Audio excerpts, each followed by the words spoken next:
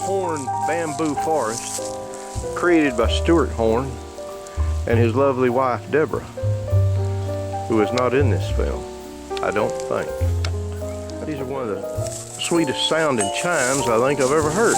Where'd these come from, Stuart? Well, Deborah got that.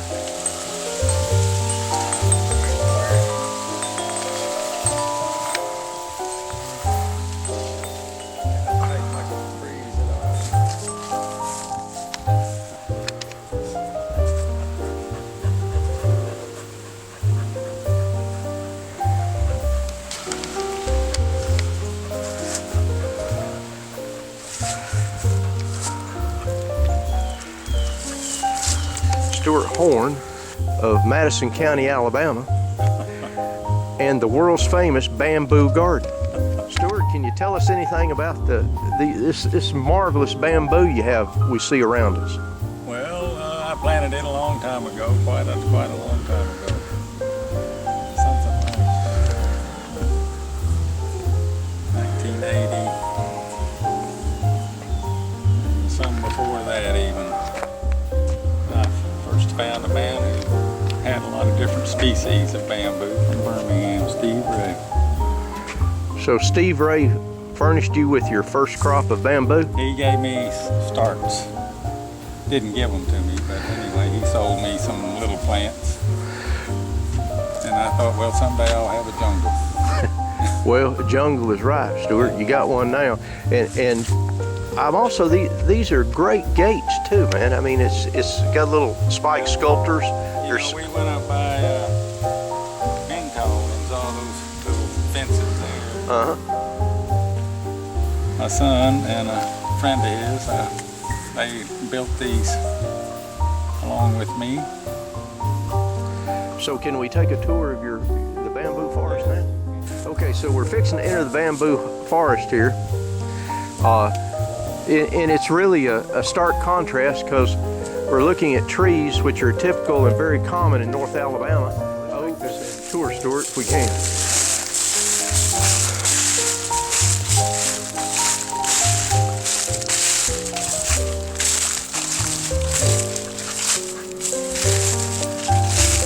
Now some of these bamboo trees, of course bamboo is a member of the grass family, actually go up about 40 foot in the air.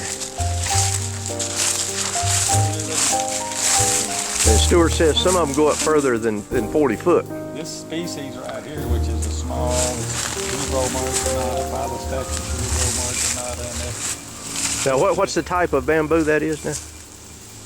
It's Phylostachys rubro marginata, called red margin. Red margin. Is that sheaths that come up with the shoot have red margins on their edges. And this is the max size of this bamboo. 1.5 or 2 inches. And it goes up about how high? Well, they found one plant down in Georgia that was 60 feet high.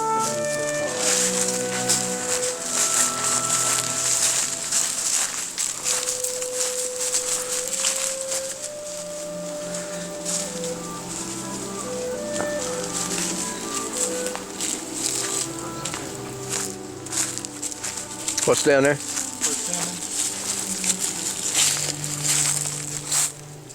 Here in the bamboo forest we have a persimmon tree.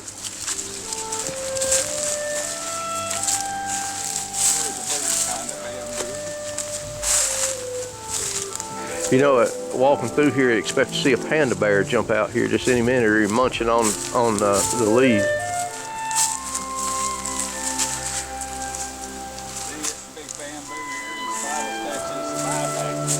Okay, what's the type of that bamboo again now? Phylostachys vivax. Phylostachys vivax. And this is probably close to 60 feet tall. Oh, yes, it is. It's way on up there. To give you an idea how big around this bamboo is, I'll just put my hand up here. As you can see, I just barely go halfway around. So that's a good sized bamboo piece. And it goes up there, as Mr. Horn was saying, about 60 foot. Heck of a fishing pole.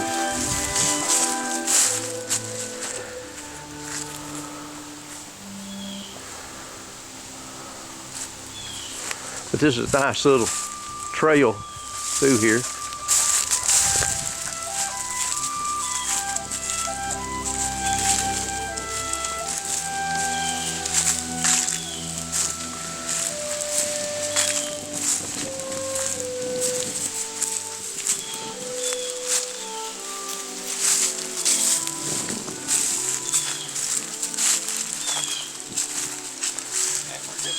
To see even bigger bamboo. So what kind of bamboo is this we're going to? It looks dark. Let's see. Common name is moso, M-O-S-O, moso bamboo. And it's phyllostachys. I can't think of its name right now. But in China it gets 72 feet tall and 7.5 inches in diameter. And we had a big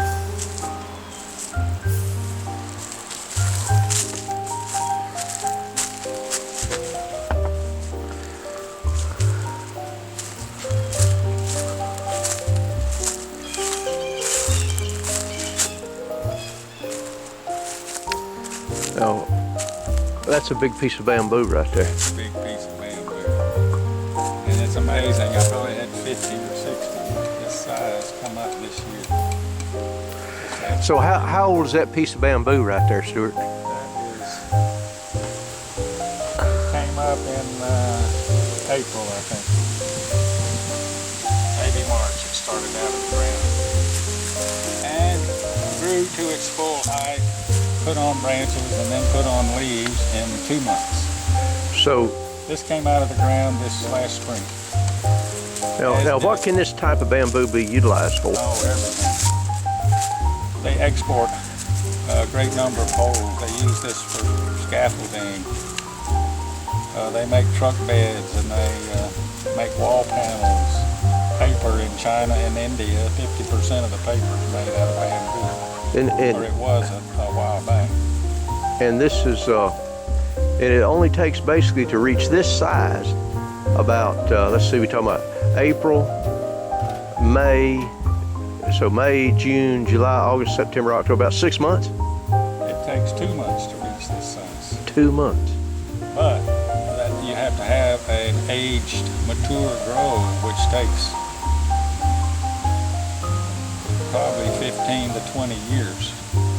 And so you start out with small plants for it to get this size that will come up. So it's what we're looking at. When were these sort of grove? What do you call it? Is this a grove of bamboo? Yeah, this is a grove. And until this year, I had a path right through here, which is filled in with these giant ones that came up this year. This is the biggest I've had of this kind, and this got planted 25 years ago, probably. The initial plants were planted 25 years. Small plant, you know, it had a diameter that big and was this tall. Had 4 branches on it. And I had 4 or 5 of those that I planted.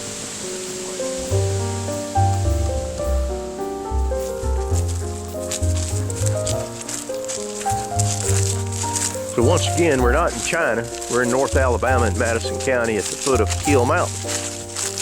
Actually up at Keel Holler.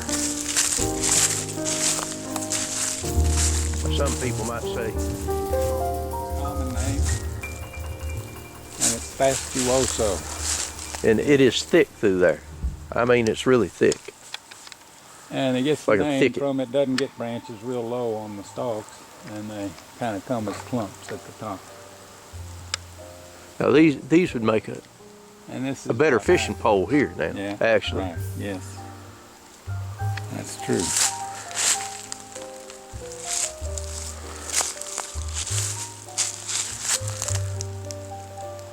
Now this plant over here, I noticed has kind of some sheathing coming off the stalk.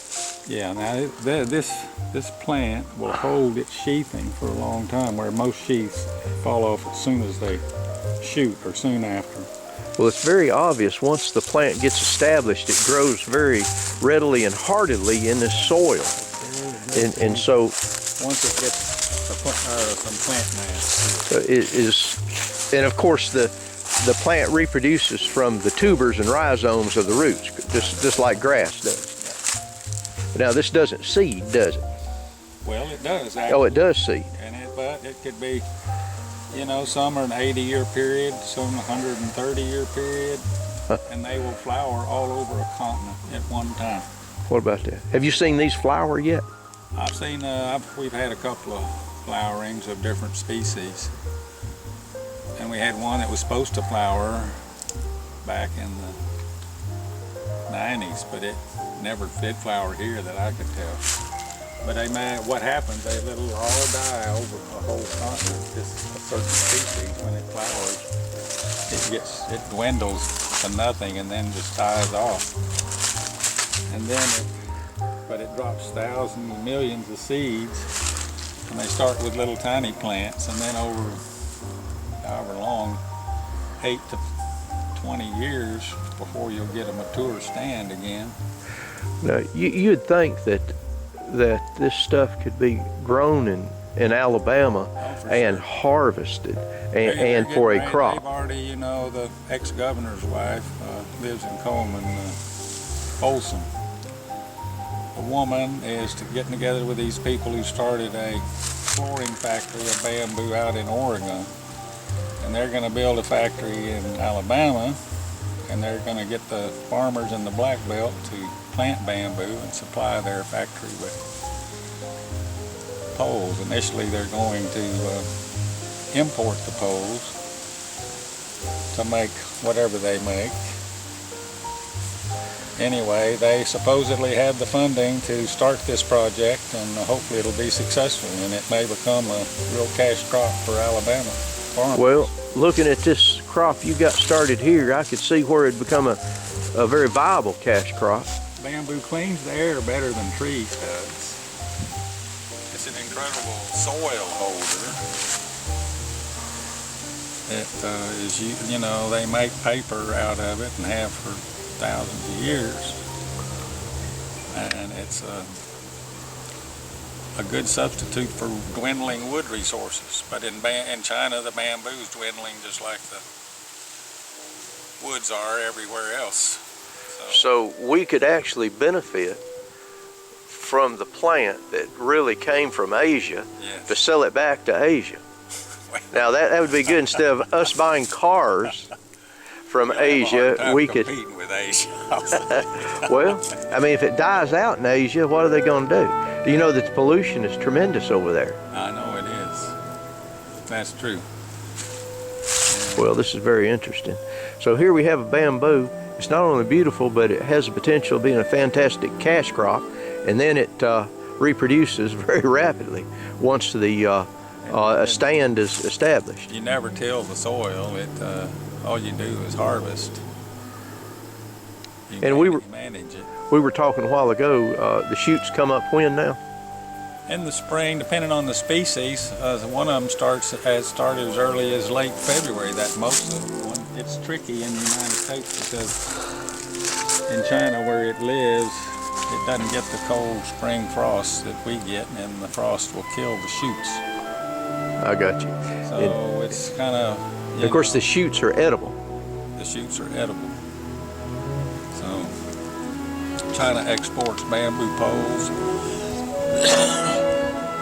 they export bamboo shoots. Now you sell some of this bamboo as well. I've seen you make, out of the real big ones we've seen up there, make drink containers out of them, cups, which is kind of unique. Was there anything else you want to show us about this bamboo, Stuart?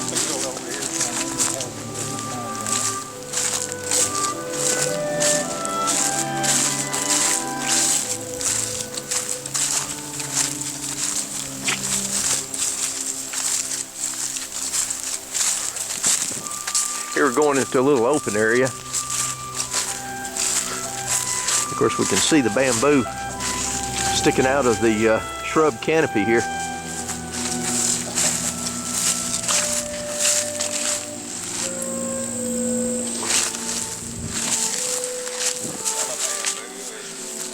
So this is yellow bamboo, you say? Well, it's Phyllostatus viridis Robert Young, as it's species name.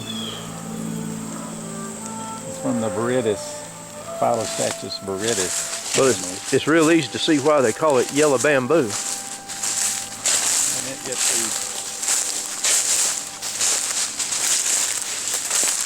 This is the kind out by the road.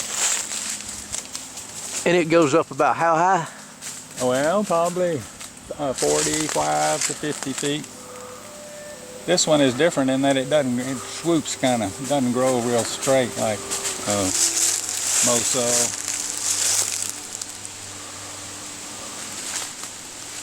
And some others.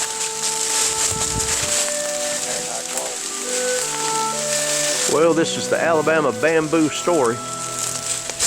Stuart has graciously taken me for a tour in his bamboo forest here. In there, you can't see it from here, but there's a species that gets 6 inches in diameter in China and 72 feet tall.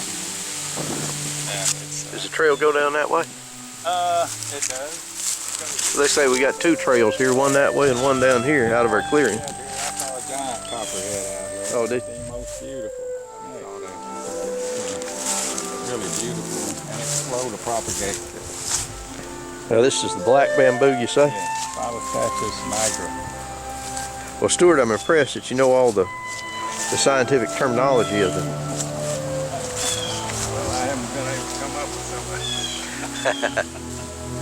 Now this is not, is this a mature plant right here? Yes, it is. So this is not as tall. It doesn't get as big in diameter or as tall. Yeah, I can see why they call it black. It's really a really dark, almost black forest green. And the plant that it comes from is much bigger. But the black it is named, the black is the primary name, and it shouldn't be. Hennin should be the primary name, Phyllostatus hennin nigra. But the way they named it, because it was black, it got named first. So how many different species of bamboo do you have? I probably got 30. I have like 15 that that are large bamboos and get big, and that I've kind of focused on. Black's very popular. Over here is a big grove.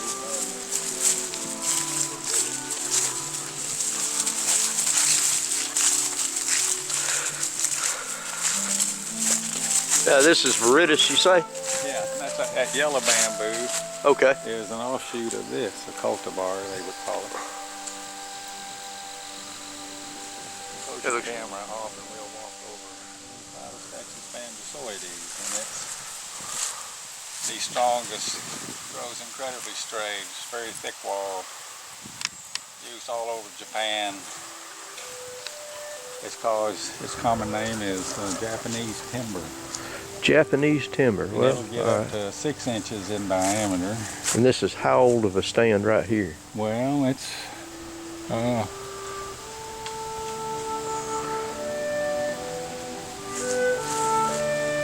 35 years old, maybe. And it's just getting sizing up now.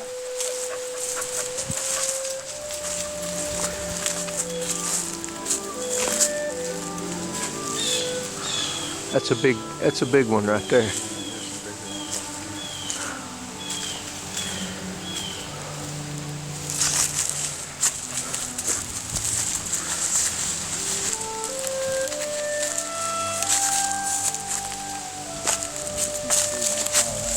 This must be 60 feet. How tall is this one? 60 feet tall.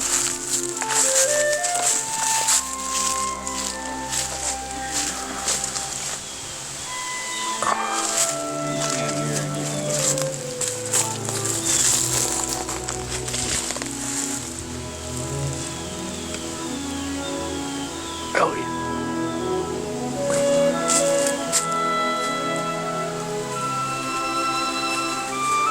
Now that's a pole. And here's some more of these Pandas-hoides poles. And over there is the viridis. And it swoops. Oh, here's a real good color.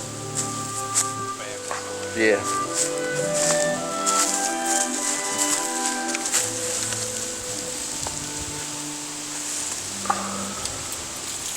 How tall do you think this one is here? It's about the same. About 60 foot. Yeah. And it's a big one. It's way out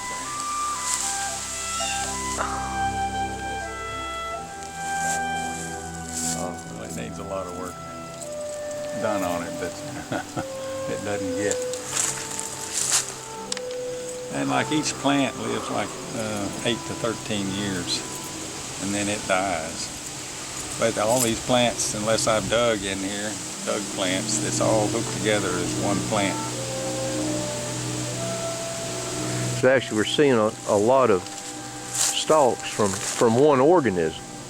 Now this is interesting. Here, this one's kind of striped. Now this is the type of plant, or is it just kind of dying off? That's a shoot that didn't make it. I got you. And when if you cut down the first year bamboo, it just kind of dissipates into nothing. It has no substance. Oh yeah. And over, the optimum time to harvest is 5 years old. So the wood takes silica out of the ground and hardens the bamboo up and makes it incredibly strong.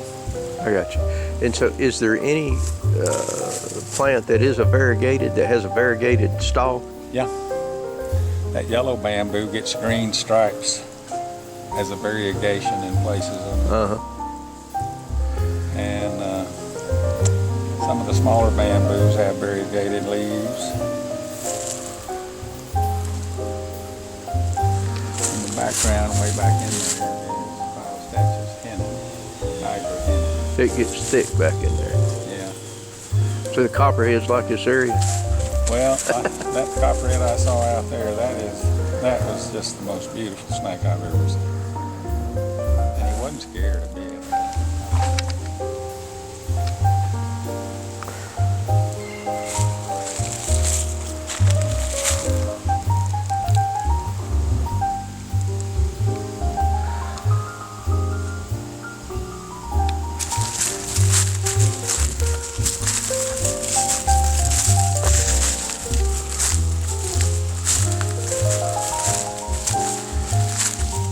Stewart has all sorts of little trails going through his bamboo forest here. Now this is a variegated type here. Snake skin. Snake skin, huh? Yeah, and that's also of the Niagara, the black family henna. This is Statu's Niagara bory. Now how large in diameter does this material get This here? gets that big.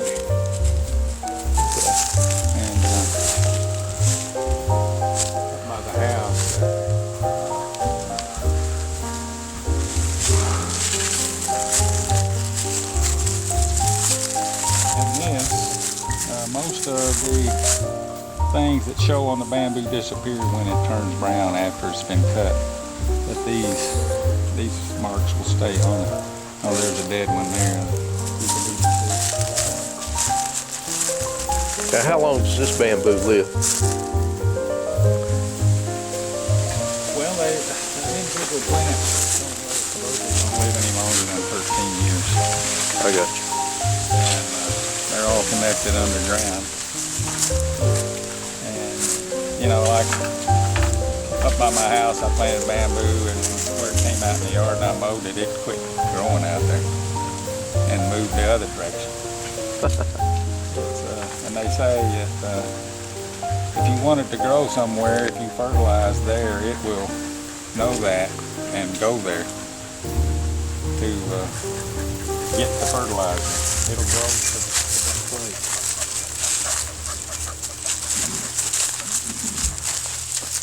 Watch your step. Is any, have you noticed is there any mushrooms that grow out here? Oh yeah, we just walked over some, they're little, but boy, they are beautiful. Look where they are. These are little tiny ones. Oh yeah, now this is an unusual type of mushroom here, in that it's orange. Oh, being that it is orange, I wouldn't think you'd want to eat it unless it was a morel, and this is not a morel. This looks like a pretty heavily laden psilocybin mushrooms, which most of the orange ones are. Oh, wow. Take a trip and never leave the bamboo farm, Stuart. It's really a, I hear you, man. It's really a very beautiful plant, though. Yeah, it's a very beautiful fungus. Yeah. But it's a bright orange. And I got to tell you, I do not recall ever seeing this particular type of fungus in the forest area of Alabama. And I'm just wondering if this is something that has. Now, I've seen orange mushrooms, but this particular type of cap, it's very beautiful and very unusual.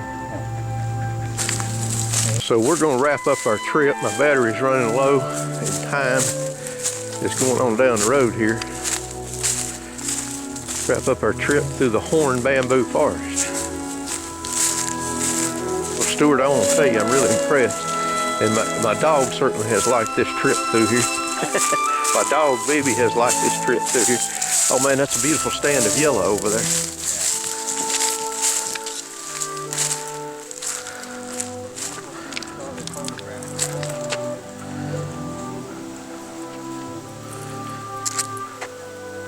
But when I came up through here, I was just impressed. You know, of course, I've been here once before, but I didn't remember the outlay, you know, and coming through the gates and then coming through this bamboo here, I just thought it was very spectacular. There. I'm not sure how long ago it was you were here.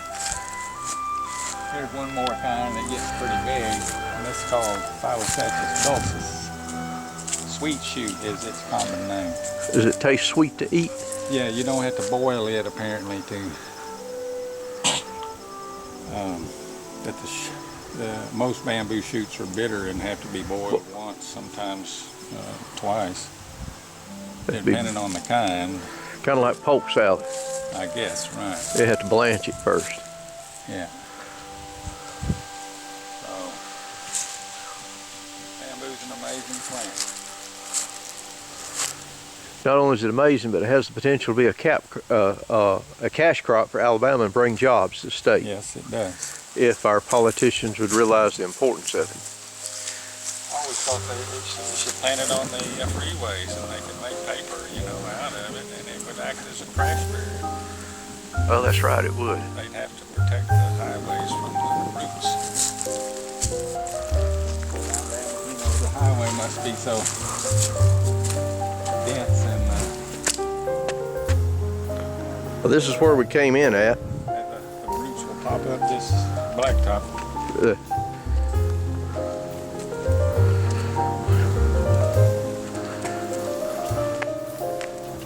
And this is the kind that's very common. There are big groves of this in Alabama. It's Phyllostatus aurea, also called fishpole bamboo. And, it's very common. There's a lot of this in the South. And it's about maxed out here at Fishpole bamboo. I can understand why they call it fishpole. It's also called golden. It often has a golden look to it when you see it.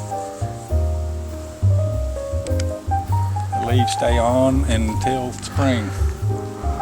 Just before it shoots, it drops leaves. Well, Stuart, I really appreciate the tour, man. Well, we come here to do some soybean testing, and I get a tour of the bamboo forest.